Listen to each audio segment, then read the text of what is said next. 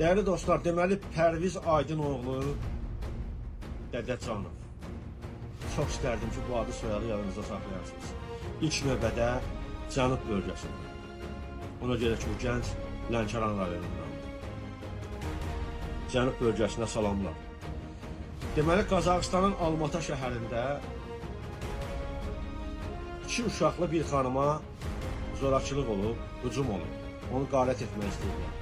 Bunu görən Pərviz Aydınoğlu Dədəcanov xanımın müdafiəsinə qalxıb və o 2 yaramazı əzişdirib.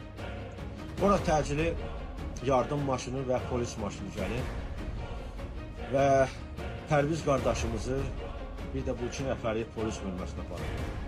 Orada aydın olub ki, bu 2 nəfər bizim düşmənlərimizdəndir.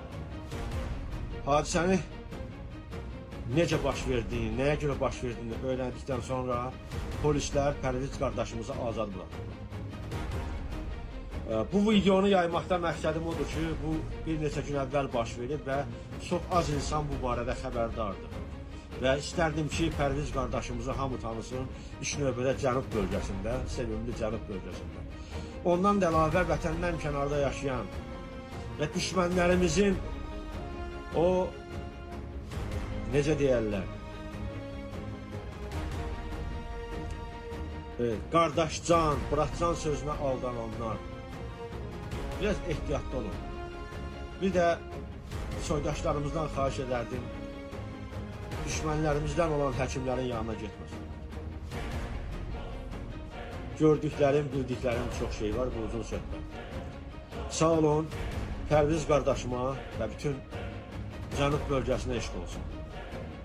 Pərviz Aydınoğlu Dədəcanov. O insanı tanıdım və videonu yaydım. Sağ olun.